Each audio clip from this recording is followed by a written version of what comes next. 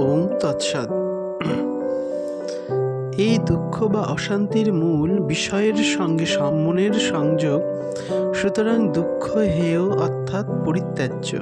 যা হেয় বলা হলো তার কারণ নির্দিষ্ট হচ্ছে। যোগ দর্শনে বলা হয়েছে দ্রষ্টা ও দৃশ্যের সংযোগই হেয় হেতু। দুঃখের কারণ অবগত হলে কারণকে সরিয়ে দুঃখ নাশ করা যেতে পারে। দ্রষ্টা অর্থাৎ পুরুষ এবং দৃশ্য বুদ্ধিসত্ত্ব। সমস্ত দৃশ্যই বুদ্ধিরূপতা প্রাপ্ত হয়ে তবে পুরুষের দৃশ্যরূপে সম্বন্ধযুক্ত হয়।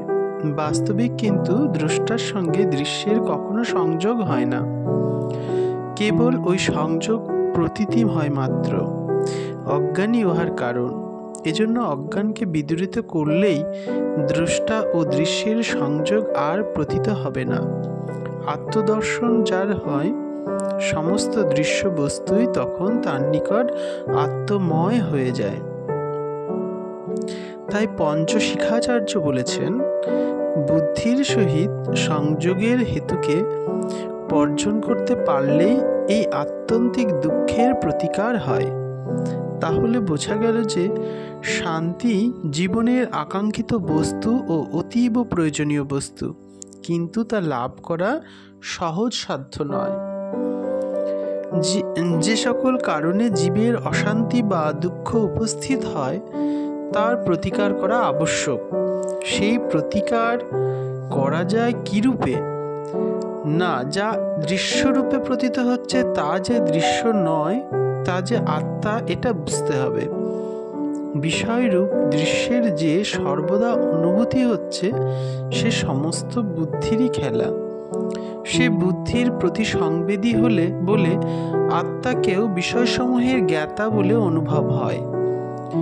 অবিদ্যাবশে দ্রষ্টা ও দৃশ্য যে একত্রে সম্বন্ধ হয়, তাতেই দ্রষ্টা ও দৃশ্যের সঙ্গে ভোগরূপ সম্বন্ধ ঘটে। এই সম্বন্ধ বিচ্যুত হলে ভোগের অবসান হয়। প্রাণ যে আত্মার বিশিষ্ট শক্তি, তা পূর্বে বহুবার বলা হয়েছে। এই প্রাণই চঞ্চল হয়ে মৌন রূপে বিষয়কে গ্রহণ করে। প্রাণের সাধনায় যখন তার চাঞ্চল্য তিরোহিত হয়, তখন সংকল্পাত্মক মনও উপশান্ত হয়। এই অবস্থাতেই কর্ম ও তার ফল ত্যাগ হওয়া সম্ভব। কর্ম যা হয় তা প্রাণের চাঞ্চল্যের জন্য। অনাদি বাসনার বীজ প্রাণের মধ্যে নিহিত থাকে। প্রাণ চঞ্চল হয়ে মৌন রূপে বিষয়ের আকাঙ্ক্ষা করে। সেই চঞ্চল প্রাণ স্থির হলে অব্যক্ত মিলে না। সুতরাং এইরূপ অবস্থাপন্ন যোগীর কর্ম ও ফল একেবারেই পরিত্যক্ত হয়ে যায়। এইরূপ ত্যাগের দ্বারাই নিবৃত্তিরূপা পরমা শান্তির উদয় হয়।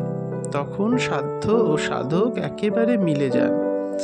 এই একত্বের অবস্থায় কর্মের প্রবর্তক, জ্ঞান, জ্ঞেয়, জ্ঞাতা ও কর্মের আশ্রয়, কারণ, কর্ম ও কর্তার আর পৃথক অস্তিত্ব থাকে না।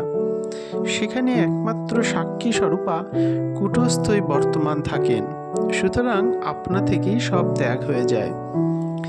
এই ত্যাগ অতীব প্রয়োজনীয় বিষয়। প্রকৃত ত্যাগের পরই শান্তিলাভ হয়, কিন্তু ধ্যাননিষ্ঠ চিত্ত ব্যতীত এই ত্যাগ ক্রিয়া সংসাধিত হয় না। ক্রিয়ার পর অবস্থা যাকে বলে, ত্যাগও তাকে বলে। এই ত্যাগ বা পরাবস্থায় সর্বশ্রেষ্ঠ প্রাপ্তি, ওটাই মোক্ষ লাভ রূপ সর্বোচ্চ ফল। কিন্তু ধ্যান দ্বারাই উহার প্রাপ্তি ঘটে।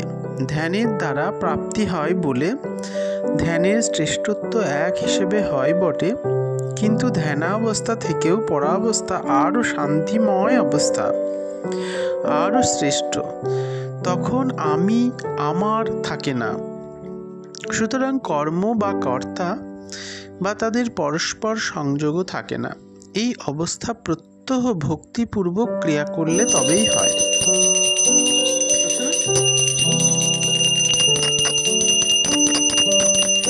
মন দিয়ে সর্ব সর্বদা ক্রিয়া করলে নিশাখোরের মতো একরূপ অবস্থা হয়। তাতে আত্মকর্ম ব্যতীত বাইরের কর্মও করা যায় বটে, কিন্তু তখন কর্মের সিদ্ধি অসিদ্ধিতে মনের কোনো উদ্বেগ থাকে না। এই অবস্থা আরও গভীর বা ঘন হলেই ক্রিয়ার পর অবস্থা লাভ হয়। সে অবস্থাও আমিও থাকে না, আমারও থাকে না।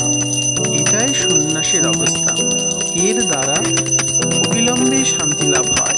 এই অবস্থা জ্ঞানী বা ধ্যানীদের তো হয়ই, আবার যারা অজ্ঞ তারাও যদি মন দিয়ে ক্রিয়া করে, তারাও ক্রিয়ার পরাবস্থা লাভ করে মনোনিবৃত্তি রূপ পরমা শান্তি লাভ করতে পারে। মনোনিবৃত্তি হলেই সকল বস্তু থেকে বন্ধন ছিন্ন হয়, আর কিছুরই জন্য তখন মন দৌড়ঝাঁপ করে বেড়ায় না। সুতরাং তার ক্রিয়াযোগ বা কর্ম করাও হলো, ফলত্যাগও হলো এবং শান্তি লাভও হলো। ক্রিয়াযোগে মুক্তির সর্বোৎকৃষ্ট পন্থা। সকলেরই মৃত্যু ভয় আছে, ইহা সাধারণত বলা হয়, কিন্তু মৃত্যু কি তাহা সকলেই বিবেচনা করেন না?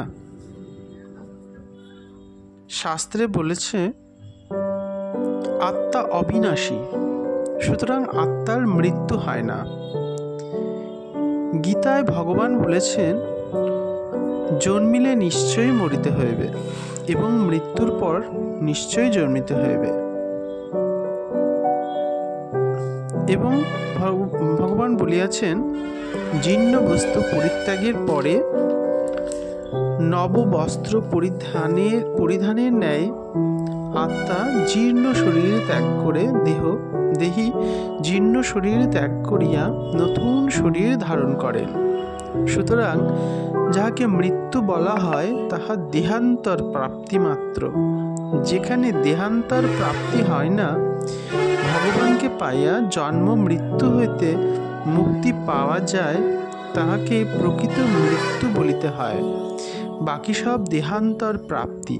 প্রকৃত মৃত্যুতে পুনর্জন্ম হয় না।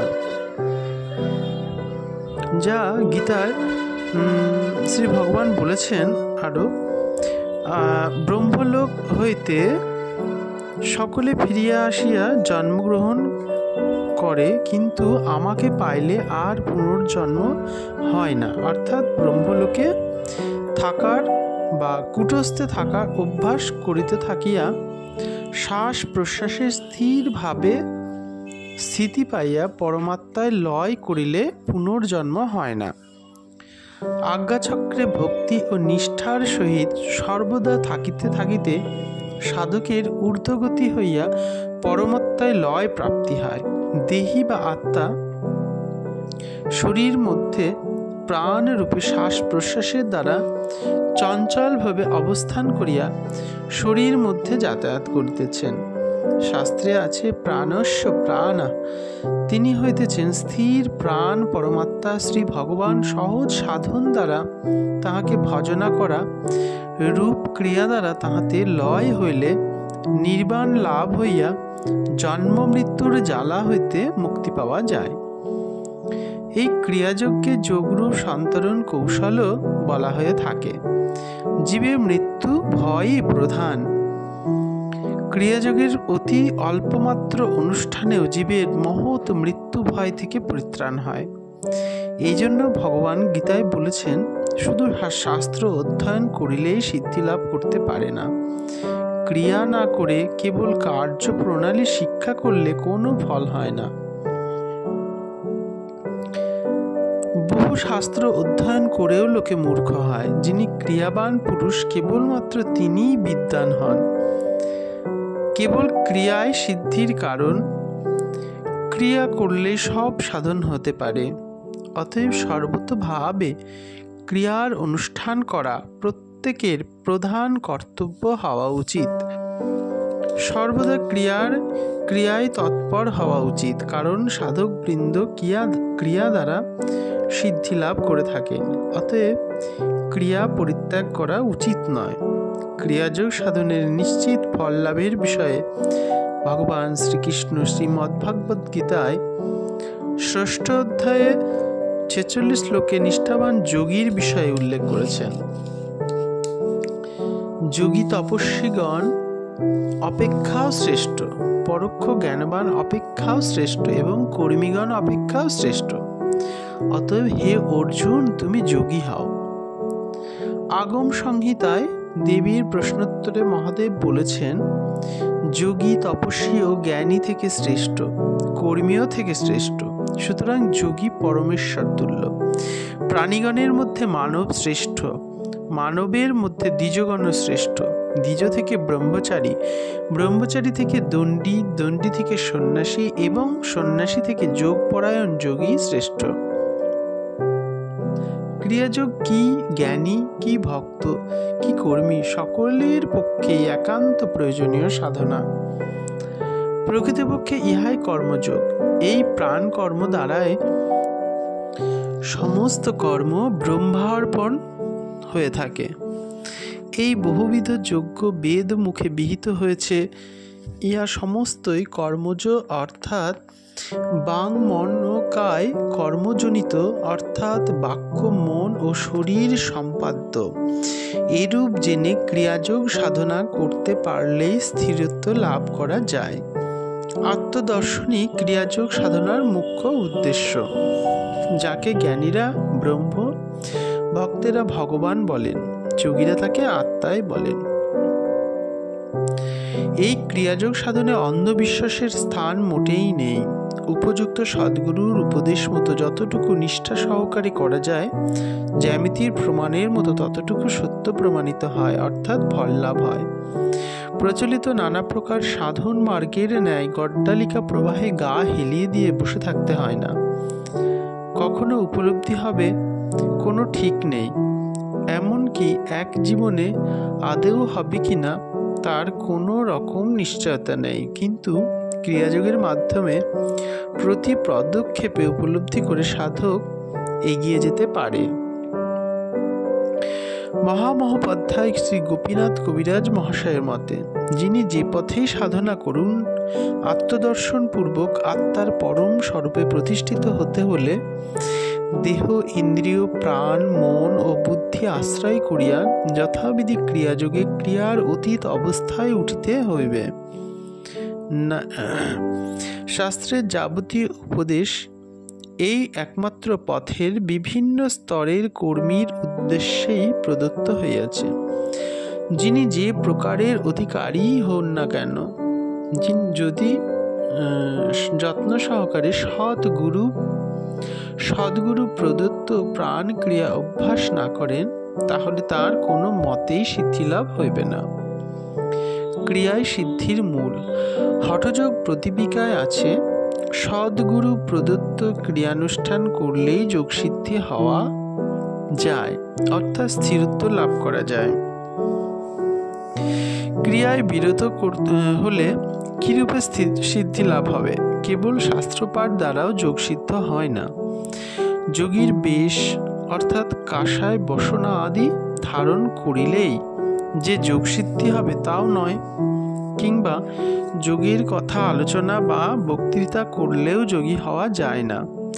একমাত্র ক্রিয়ায় সিদ্ধির মূল কারণ সদ্গুরু প্রদত্ত ক্রিয়া দ্বারাই যোগসিদ্ধি বা স্থিরত্ব লাভ হয়, এতে কোনো সন্দেহ নেই। বেদান্তে বলেছেন, এই সাধনা ক্রিয়াযোগ সাধনা করার জন্য দেশ কালের কোনো বিধি নিষেধের প্রয়োজন নেই। যার যখন সময় হয় ক্রিয়াযোগ অভ্যাস করতে পারে। তবে প্রথম অভ্যাসকারীর পক্ষে নিয়ম মেনে চললে দ্রুত উপকার সাধিত হয়। প্রাণ ক্রিয়ার দ্বারা যদি প্রাণের স্থিরত্ব ভাব আসে, তখন তাও প্রয়োজন হয় না। মনের দ্বারা স্বতন্ত্র কিছু ত্যাগ করার কৌশল শিখিয়ে দেয় মাত্র। ক্রিয়াযোগের এমনই মহিমা যে উত্তম প্রাণ ক্রিয়ার দ্বারা আপনা আপনি পঞ্চ ইন্দ্রিয়, ষড়রিপু, যত প্রকার আসরিক বৃত্তি আছে যা সাধন পথের একান্ত অন্তরায়, সেগুলি ধীরে ধীরে চলে যায়। সে জায়গায় প্রকাশ পায় শ্রদ্ধা, ভক্তি, বিশ্বাস প্রভৃতি দৈব ভাব। এই অবস্থা না হলে সাধনা বৃথা। তাই গীতায় বলেছেন, হে পরন্তপ, এই ধর্মের প্রতি অশ্রদ্ধাবান ব্যক্তিগণ আমাকে পায় না। তারা মৃত্যুময় সংসার পথে পরিভ্রমণ করে থাকে। তারপরে আশ্বাস দিয়ে আবার গীতায় বলেছেন, হে পার্থ, যারা ইতর জাতি সম্ভূত অথবা স্ত্রীলোক, বৈশ্য কিংবা শূদ্র, তারাও আমাকে ক্রিয়াযোগ আশ্রয় করলে নিশ্চয়ই তাদের পরম গতি প্রাপ্তি হয়।